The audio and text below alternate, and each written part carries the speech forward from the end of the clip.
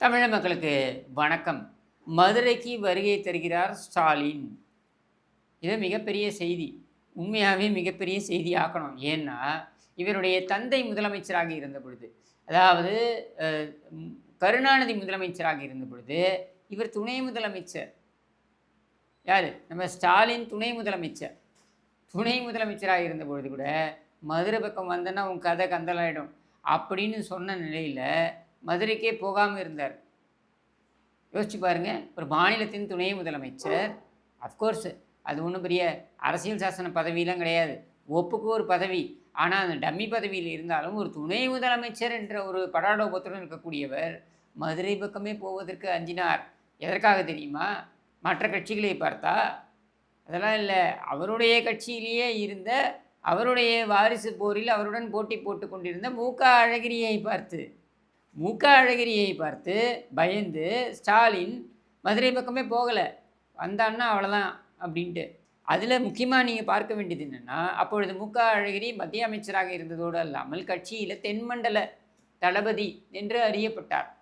அப்ப தென் மாவட்டங்கள் எல்லாம் தன்னுடைய கண்ட்ரோல் அப்படின்னு வைத்திருந்தார். இந்த பக்கம்லாம் நீ வர முடியாது. அந்த பக்கம் சென்னையோ, சென்னை பக்கமோ நீ என்னவோ பண்ணிக்கன்ட்டு. இப்பவும் பாருங்க, அப்பனும் பிள்ளையும் சென்னையை கடந்து எங்கேயாவது போட்டி போடுவாங்கன்னா மாட்டாங்க. கருணாநிதியாவது குளித்தலையில் ஆரம்பித்து திருவாரூர் வரைக்கும் நடுவில் சென்னையில் தான் சுற்றிட்டு இருந்தார். பட் இருந்தாலும் குளித்தலையிலேருந்து திருவாரூர் வரைக்கும் அப்படின்னு சொல்லலாம். செல்வி ஜெயலலிதா எடுத்துக்கிட்டிங்கனாக்கா பர்கூர், காங்கேயம் என்று ஆரம்பித்து திருவரங்கம் என்று சென்று, ஆண்டிப்பட்டி என்று சென்று, அதுக்கப்புறம் பார்த்தீங்கன்னா இதுக்கு வராங்க, நீங்கள் ஆர்கே நகர். ஆனால் ஸ்டாலின் தன்னுடைய அரசியல் வாழ்க்கையை சென்னையிலே ஆரம்பித்து சென்னையிலே முடித்து கொண்டார் அப்படின்னு தான் அரசியல் சகாப்தம் சொல்லும். ஏனென்றால் அவர் சென்னையை விட்டு தாண்டியதே கிடையாது. 1000 இடத்துல போட்டி போட்டுக்கிட்டு இருந்தார். அதுக்கப்புறம் அதிமுகவை சேர்ந்த ஆதி ராஜாராம் அவர்கள் கோலோச்ச ஆரம்பித்த பின்னர் அங்கிருந்து கயண்டுக்கிட்டு எஸ்கேப் ஆகி குளத்தூருக்கு போய் உட்காந்துருக்காரு. இவ்வளவுதான். இவருடைய மகன் உதவாநிதி பார்த்தீங்கன்னா கருணாநிதி போட்டிக்கிட்ட சேப்பாக்கம் தொகுதி. ஏன்னா இருக்கிறதுல சின்ன தொகுதி. சின்னதுக்கு சின்னது அப்படின்ற மாதிரி சின்னதுக்கு சின்ன தொகுதி அப்படின்னு இந்த சேப்பாக்கம் தொகுதியை எடுத்து வைத்துக்கொண்டு அதில் தான் இவர் போட்டிக்கிட்டார். அதற்கு பார்த்தீங்கன்னாக்க பாமகவோடைய ஒரு செட்டப் நாடகத்தை போட்டு, பாமகவுக்கு ஒதுக்கப்பட்ட தொகுதிகள் அப்படின்றதுல எங்களுக்கு சென்னையில் இந்த தொகுதி வேணவே வேணும்னு அவங்க சண்டை போட்டு வாங்கி, அங்கே வந்து கசாலியோ யாரையோ நிறுத்தினாங்க. அப்படி தான் வெற்றி பெற்றார். சரியா? ஒரு பலம் பொருந்திய ஒரு நபருடன் மோதி நான் வெற்றி பெற்றேன்னு இவங்க கிடையாது. இவங்க வரலாறுலேயே அது கிடையாது. எனினும் நாம் புரிந்து கொள்ள வேண்டியது, இந்த மதுரை மாநாடு அப்படின்றதுக்காக ஸ்டாலின் சென்றிருக்கிறார் அப்படின்றத, இன்றைக்கு அவர் முதலமைச்சர், ஒரு முதலமைச்சராக கூட இருந்து நான் வரலன்னா எப்படி அப்படின்றதுக்காக இவங்க குடும்பத்துக்குள்ளே ஒரு பேச்சுவார்த்தை நடக்குது. செல்வியை வைத்து தூது அனுப்பி பேச்சுவார்த்தை நடக்குது. பேச்சுவார்த்தை என்னென்னா, நான் மதுரைக்கு வந்துட்டு போகிறேன், எதுவும் சொல்ல வேணாம்னு சொல்லுங்கள் அப்படின்னு சொல்லிட்டு அழகிரியுடைய ஆட்கள் இன்னமும் திமுகவில் கோலோச்சுகிறார்கள். அப்போ அவர்களுடைய ஆசி இல்லாமல் எதுவும் பண்ண முடியாது. அது மட்டும் இல்லாமல் மதுரையில் இன்னொரு பெரிய கலவரம் நடக்குது. அது என்ன அப்படின்னா, மதுரையுடைய மேயருடைய கணவர் அவரும் திமுகவில் இருக்கிறார். அவர் வந்து மிகப்பெரிய விசுவாசி. யாருக்குன்னா பிடிஆருக்கு. அவர் என்ன பண்ணுறாரு, இந்த மாநகர கூட்டத்தை நடத்தி விடுகிறார் அப்படின்றது இவங்களுடைய ஆத்திரம். அது ஏற்கனவே அறிவிக்கப்பட்டு, தேதி குறிப்பிடப்பட்டு, அறிவிக்கப்பட்டு நிகழ்த்தப்பட்ட நிகழ்வு. ஆனால் அதே சமயத்தில் ஸ்டாலினுக்கு விழா எடுக்க நாங்கள் முயன்றோம் அப்படின்னு கட்சியினர் போய் புகார் கொடுத்து, அந்த மாமன்ற கூட்டத்தை வந்து இவர் நடத்தி விட்டார். அதாவது இந்த பக்கம் ஸ்டாலினுக்கு புகழ் மாலை சூட்டும் கூட்டத்தை நடத்தாமல் இதை நடத்தி விட்டார் அப்படின்னு சொல்லி அவரை வெளியேற்றுறாங்க. உண்மையில் என்னென்னா, பிடிஆரை ஓரங்கட்ட வேண்டும் என்பதுதான் இவர்களுடைய எண்ண ஓட்டம். சரி, இதில் ஸ்டாலின் தான் வராரு, விடியல் தர போகிறாரு அப்படின்னு சொல்லி 2021 படாடோவுமாக வந்த ஸ்டாலின் மதுரையில் மீதி உலா வந்தார் எப்படின்றது நீங்களே பாருங்க.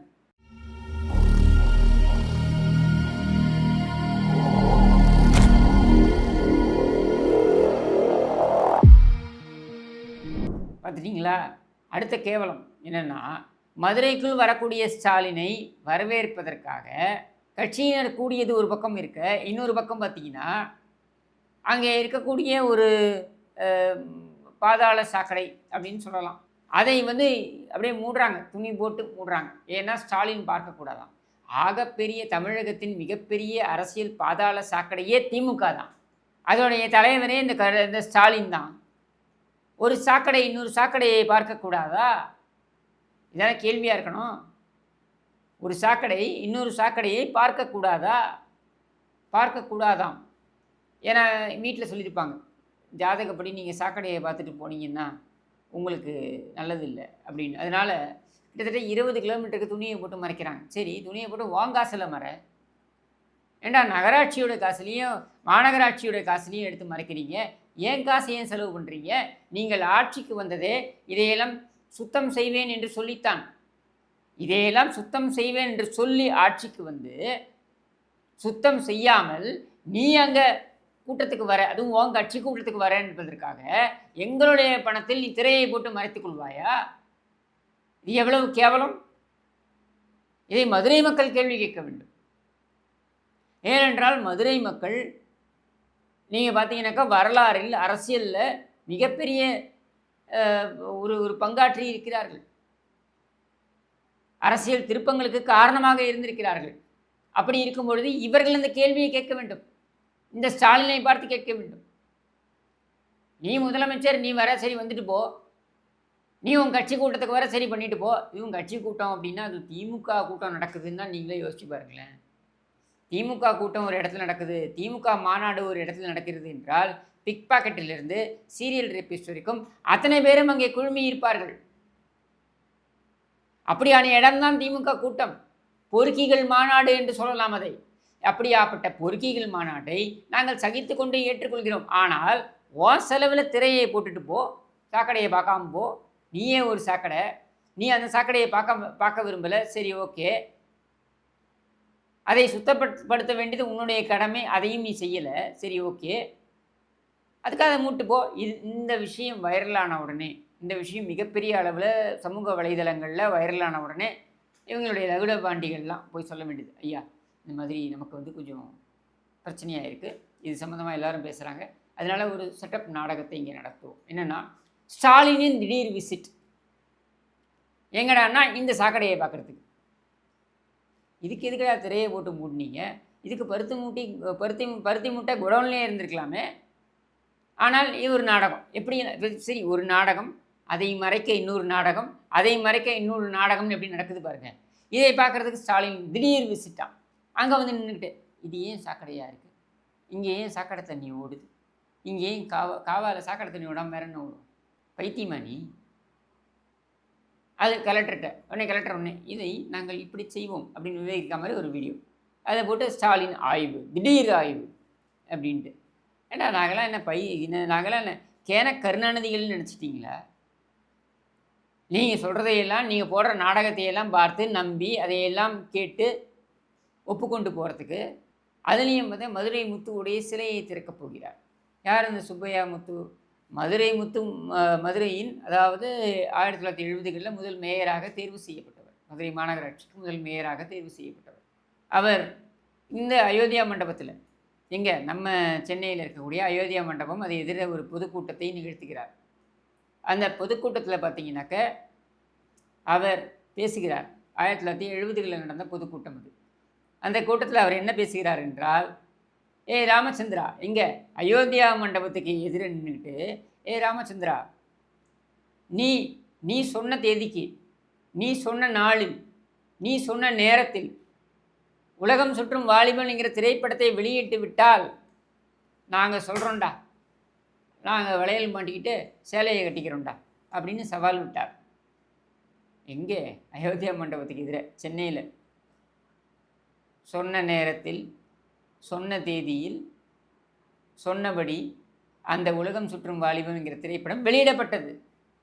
கருணாநிதியுடைய கொடுங்கோல் ஆட்சி அப்பொழுது நடந்து கொண்டிருக்கிறது. அதையும் கடந்து, அவர்கள் வைத்த அத்தனை இடர்பாடுகளையும் கடந்து திரைப்படம் வெளியிடப்பட்டது. சவால் யார்கிட்ட விட்ட நீ? ராமச்சந்திரனிடம் விட்டிருக்கிறாய் சவாலை. யாரிடம்? எங்கள் எம்ஜி ராமச்சந்திரனிடம் நீ சவாலை விட்டிருக்கிறாய். ஜெயிக்காமல் இருப்போமா? நாங்கள் ஜெயித்தோம். அதிமுகவினர் ஆயிரக்கணக்கில் சேலையும் வளையல்களையும் வாங்கி அனுப்பி வைத்தார்கள் மதுரைக்கு. யாருக்கு? நம்ம மதுரை முத்துக்கு. இப்படியாப்பட்ட வரலாறை கொண்ட மதுரை முத்து பின் நாட்களில் கருணாநிதியால் அவமானப்படுத்தப்பட்டார். அவமானப்படுத்தப்பட்ட காரணத்தினால அவர் அந்த திமுகவிலிருந்து விலகி அனைத்து அண்ணா திராவிட முன்னேற்ற கழகத்தில் வந்து இணைந்து கொண்டார். யாரை அவமானப்படுத்தினாரோ அவர் ஏற்றுக்கொண்டார். அதுதான் அதிமுக. அப்படி ஏற்றுக்கொண்டு அவருடைய மேயர் பதவி வந்து அப்போ காலியாயிருந்தது. அந்த மேயர் பதவிக்கு மீண்டும் தேர்தல் நடத்தி அந்த தேர்தலில் மீண்டும் மதுரை முத்து மேயரானார். அப்போ உண்மையிலேயே மதுரை முத்துக்கு மரியாதை கொடுத்து அழகு பார்த்த இயக்கம் என்றால் அனைத்து அண்ணா திராவிட முன்னேற்ற கழகம் தான். அதே மதுரை முத்துவை அவமானப்படுத்திய இயக்கம் என்றால் அது திமுக. ஆனால் இன்றைக்கு மதுரை முத்துக்கு உறவு கூடாண்ட இவர்கள் வந்து அந்த சிலையை திறந்து வைக்கிறார்கள். அதை விட செத்தவனையெல்லாம் சாட்சி கூப்பிடுறது உங்கள் அப்பனுடைய வழிமுறை. நெஞ்சுக்கு பீதி அப்படின்றத செத்தவனையெல்லாம் சாட்சி கூப்பிடுறது. அதே மாதிரி இறந்து போனவர்களே அவர்கள் வாழ்ந்த வரையில் அவமானப்படுத்தி விட்டு இறந்து போனதுக்கப்புறம் நான் சமாதி கட்டினேன், நான் சிலை திறந்தேன் அப்படின்னு உரிமை கொண்டாடுங்கிற கேவலமான வேலையைத்தான் ஸ்டாலின் செய்கிறார். இதுக்கு எதுக்கு வெள்ளையும் சொல்லியும் அலைகிற? அதே மாதிரி இல்லை, இன்னொரு பிரேக்கிங் நியூஸ் என்னடான்னா, ஸ்டாலின் அழகிரி வீட்டிற்கு செல்கிறார். அண்ணன் தம்பி ஒருத்தன் வீட்டுக்கு போகிறது ஒரு பெரிய பிரேக்கிங் நியூஸா? ஸ்டாலின் அழகிரி வீட்டுக்கு போனால் என்ன, போகலன்னா என்ன? இது பிக் பிரேக்கிங் நியூஸ். தம்பி செல்கிறார், அண்ணன் வரவேற்கிறார். என்ன இவங்க பெரிய அப்படியே ரைட் பிரதர்ஸ், விமானத்தை கண்டுபிடித்தவர்களே இவர்கள் தான்.